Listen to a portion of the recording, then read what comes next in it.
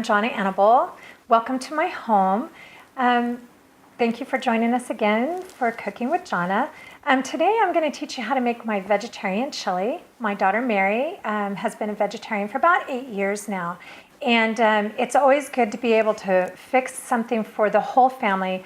We usually do meatless Mondays. I'm always making sure that my daughter has plenty of protein in her food and that she doesn't do without all the nutrients and things that she needs because she chooses to eat vegetarian, while my son loves anything with meat in it, and I happen to be gluten-free. So I'm always making 3 different types of meals in my home all the time. So when I'm teaching you to cook, you're going to see different variations. I'm going to be teaching you different ways to cook, 3 different ways every time, so that you can meet the needs of your family. So what we're going to start with is I made some vegetarian stock.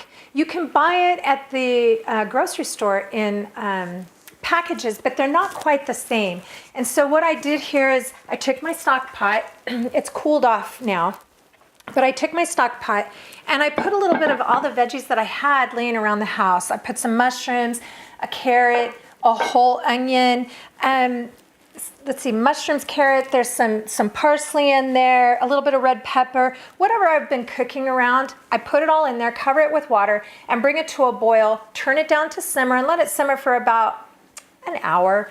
And the nice thing about that is that it's so much richer and flavorful. Some of the store-bought vegetarian stocks, they taste a little gritty or grainy because they use the same kind of things all the time. I threw a little bit of spinach in there because I had it. So you can visit the Jonna, Cooking with Jonna Facebook page, and I'll put exactly what I put in this. You're going to notice that the stock is nice and rich. What I've done then is I take this little sieve right here, and I'm just going to pour it through so that all the veggies get left behind. I'm going to cheat a little bit here and just bring this up here. And there's no reason to cut and peel or do anything to your veggies when you're making veggie stock. Just throw it in there. And, you know, as you can see, I even threw the whole onion in. Squeeze the onion, get all the juices out of that. So this right here can go in your compost pile because all it is water, veggies, and salt.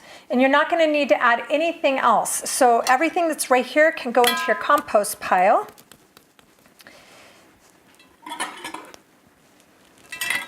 So we're done with this right now. I'm going to empty it out, and then we're going to start putting everything in it.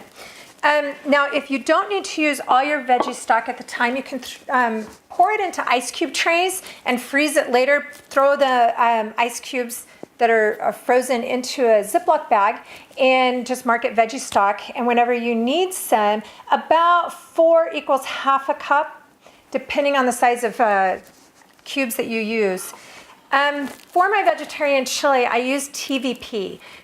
For those of you that don't know what that is, it's called textured vegetable protein. And what it is it's a dehydrated, low-fat soy bean dehydrated down, and it's made into these little crystals, kind of like, it almost looks like a cereal or a crushed breadcrumb.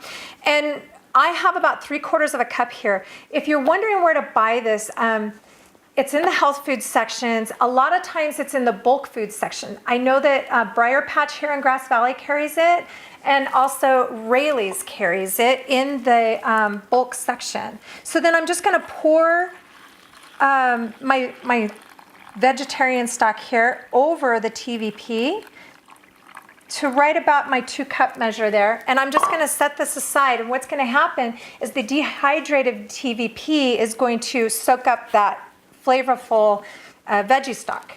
So I'm going to set this over here.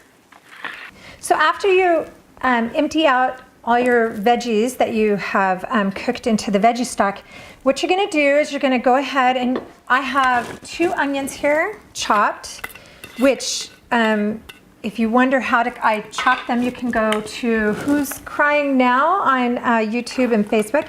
And I have 1 celery stalk here with the leaves, and I have about half a cup of red bell pepper and half a cup of green bell pepper. And it doesn't look like I chopped any garlic. So I'm going to chop up some garlic here real quick. What I'm going to do is add a little bit of olive oil and some salt. I'm going to do 3 garlic cloves. I like garlic. Now, this makes a full pot of vegetarian chili, and it freezes great. But here's a little tip for you. If you're going to be freezing anything that has garlic in it, fresh garlic, even granulated garlic, intensifies once you freeze it.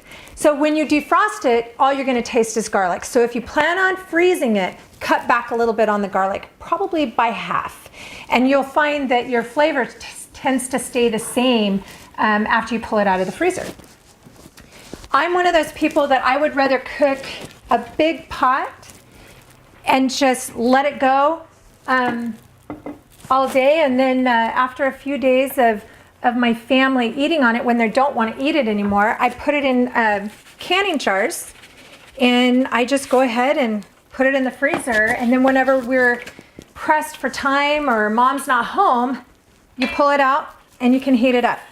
So all I've done here is add a couple tablespoons of olive oil, and we have the peppers in here, and I've turned it up to medium-high, and we're just going to saute that out until the onions are opaque, and that means just slightly see-through, and then we're going to add a bunch of other stuff here. So we're going to take a break right now and say thank you to our sponsors, and we'll be right back with you.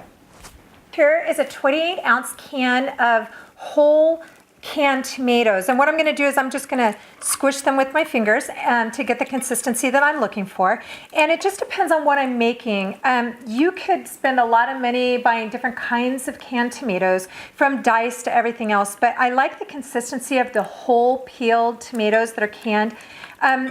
For chili, you want it a little bit chunky, so I like to just squish it through my fingers to be about this bite-sized pieces. And then we're going to just take it over here and add it to this chili that we already started. There we go. Keep in mind that every time that you are finished handling one thing, you want to always wash your hands before you touch something else. Now I have a can of tomato paste. Again, I buy organic, up to you, however you want to do that.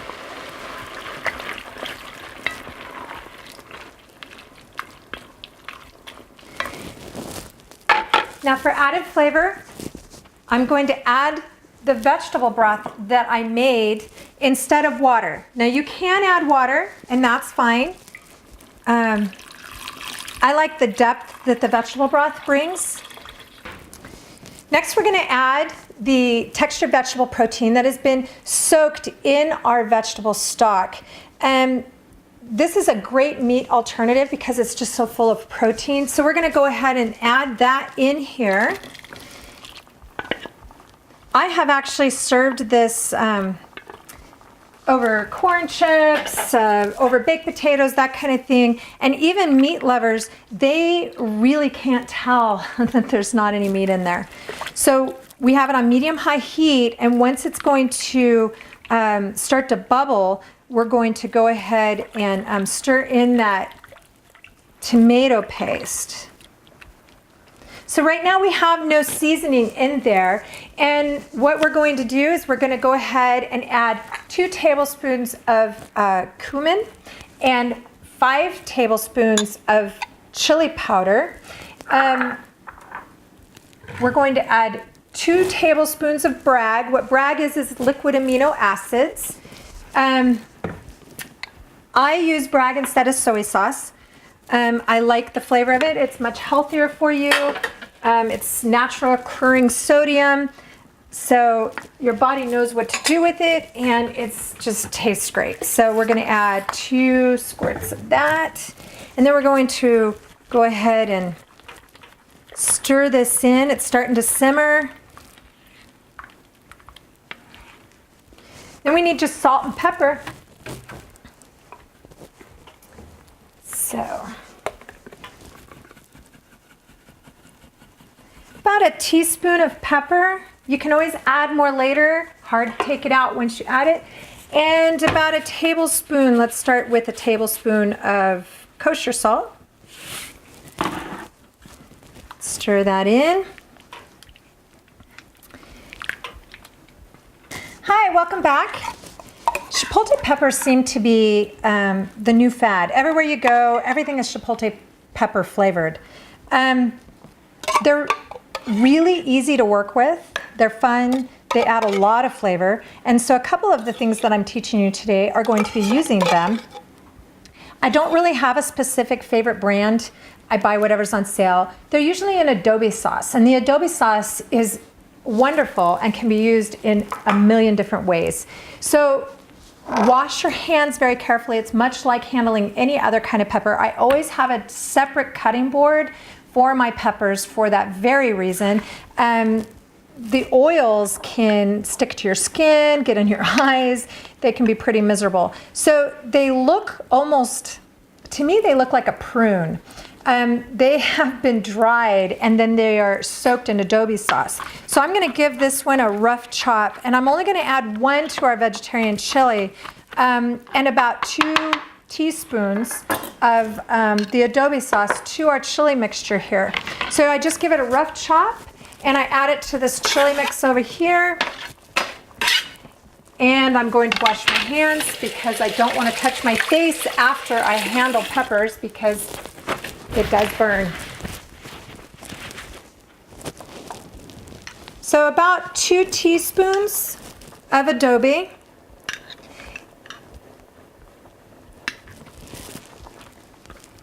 There we go. And that's cooking away, almost done. So when your vegetarian chili is starting to condense and it looks like it's about finished and you taste it and it's very flavorful, you add 2 small green zucchini and 1 yellow zucchini to the pot here. So you're just going to add it in, stir it in. There we go. So next I'm going to teach you one of my son's favorite, and it is a black bean salad. My son calls it heavenly salad, and it has avocados, black beans, chipotle peppers. Again, we're going to use chipotle in adobe sauce, which I put in the canning jar here. But just so you know what they look like, I thought I would grab this out of my... They look very rugged and dry when they are without the adobe sauce. So adobe sauce is in a can. Dried chipotle peppers are usually in a bag in your spice section. These are great to add to soups, stews, chilies, things like that, just for an added kick. Not a lot of heat comes off of those, so what you want to do is use them for stocks and things like that. And of course, I'll always specify whether we're using adobe chipotles or the dried chipotles. So what I've done here for our salad, we have shucked and cleaned a couple ears of corn. We've thrown them on the grill until they've got a little bit of charring on them. The secret to cutting them off the cob is pretty simple. Use a sharp serrated knife, and you're just going to cut down along the sides and getting the ears. Now, if you get too close, you're going to get these husky, tough kernels. You want to make sure that you get the kernels, but not to the point where you're getting that rough part of the cob. So you want the tender pieces. So we're going to do 2 ears here off the cob here. And I'm just going to put this here in the bowl. This is a really quick and easy salad, and we tend to serve it a lot in our house on taco night. We also serve it with our tostadas, things like that on the side. It also is a great filler. If you're making meat tacos, chicken tacos, beef tacos, whatever you're having, it's a great filler for those vegetarians that don't want that option. Okay, so you want to make sure that you rinse and wash your black beans really, really well. Making sure that all of the fluid that was in the can is out. You're going to come back over and you're going to toss the beans in with your avocado mixture here and mix it in. Now, we're almost done. And it's really wonderful, the depth of the flavors of the grill on the corn, along with the smooth taste of the avocado. It's just wonderful. Okay, so let's talk about limes. Limes are something that is mostly used to tenderize and to add citric acid to things. So when you're going to juice a lime, you're going to set it on the counter, you're going to push down, you're going to roll it underneath your hands, and this releases the juice inside of the skin there. And then what we're going to do is we're going to take our little reamer here, after you cut a lime in half, which this one is stubborn. You just go ahead and ream it like so. So you want the juice of 2 limes in here, some cilantro, some salt and pepper, and you're done. So we'll be right back with you after our break and check out what our sponsors have to say. Okay, after you get your corn in your bowl here, we're going to add about 1/2 cup of your red peppers and 1/2 cup here of green pepper. And I have 1/2 of a red onion. Now, in the South, they call them purple onions, red onions, whatever you want to call them is good. I tend to like these in salads. They're a little sharper, crisper flavor, very much different than your white or yellow onion. And then I have some house seasoning here. I'm just going to give it about a teaspoon or so. Now, back to the adobe. We're going to put about 2 tablespoons of adobe sauce in here and 1 adobe pepper, roughly chopped. And remember, when handling these, you want to make sure that you wash your hands before and after. And you put the whole seed and everything, and that's going to cause a little bit of heat. Now, it's hard to gauge how hot they are because every pepper is different according to the ribs and the amount of seeds that are inside them. So you do not want to add more than 1. You can always add a small one and go back and add more depending on the heat that you want. So I'm going to teach you a little bit about avocados. Of course, they're grown in California, majority of them.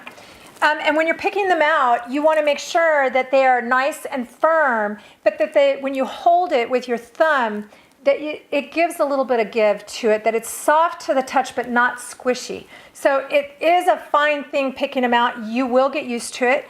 The best way to cut an avocado is start at the tip here, stick your knife in, go around, twist it in half, just like so. Hit carefully, hit and twist, comes out. Now, to cut your avocado, you're going to take your knife, and the reason why I'm using a Sudoku knife, these little air pockets on the side release things like cheese, avocados, things like that much easier. So just with your knife, you're just going to go, and when you feel that skin of your avocado towards the back, you're going to stop pushing your knife. So this way, you're going to have these perfect little squares. After you cut it, I'm going to grab a spoon here. Giant spoon. You're going to take and dip your spoon into the edge and just pull it out. And as you see, you're going to have perfect little cubes of avocado. So we're going to repeat that on this side, same type of thing. And you can cut them as small as you want. I tend to like things a little rustic and choppy. I like it better. Now, avocado will turn dark if you do not add a citric acid to it, which either lime, lemon, something like that. But here's another secret. Toss this little pit back in it, and the pit emits a gas, and it will not allow your avocado to turn dark. This recipe, I usually use 1 can of black beans, 2 avocados, and we're going to do the same thing. Hit it, twist it, put it in your bowl, and we're going to cut it here. And please be careful not to cut the palm of your hand. There we go. So again, all of my recipes are available on Cooking with Jonna, our Facebook page. Our website will be up shortly. And I'm also on NCTV channel 11 on Comcast and channel 16 on Suddenlink, or you can find us on the YouTube channel. So, but the best place to find us really is our Cooking with Jonna on our Facebook. All of our recipes are there, everything is there, and so you can find us nice and easy. So now we have our corn and our peppers in here, and our wonderful avocado that is ripe. One adobe tablespoon of the adobe sauce, and 1 chipotle chili, and then some house seasoning, about 2 ears of corn. Then we're going to take a can of black beans. I tend to buy organic. If you choose not to, that's perfectly fine. As I said earlier, when you are using canned beans, the secret is rinsing and draining them very, very well. You want to make sure that all of the fluid that is in the can gets rinsed off of them, and that makes them taste so much better. So we're going to make some fish tacos, and my choice for fish tacos is usually tilapia. I like the firmness of it, I like the way that it holds its texture, and I like to cook it in coconut oil. And I want to talk to you for a second about coconut oil. There is a big move on coconut oil, and it does have great properties, like it is antibacterial and it is very healthy for you. However, it is very high in some bad fats for you, and it can increase your triglycerides and things like that. So what you want to do is limit your intake, but however, it does make the best fish tacos. So basically what I've done here is I've taken the tilapia and I've just dusted it with some lemon pepper, a little bit of salt, and then I'm browning it in tilapia. I'm browning it in the tilapia in coconut oil. So coconut oil tends to be a solid, so when you buy it in the jar, it looks much like a Crisco, like a very thick type of oil. And when you put it in the pan, it liquefies. It doesn't take very long. It holds high heat. It is got a high temperature to it, so it does not smoke at a high temperature. Now your fish tacos, they will sometimes fall apart. Don't worry about it, because the tacos, you're gonna break them apart anyway. Doesn't have to be perfect. What I'm gonna do is put a paper towel on the plate here so I can drain them.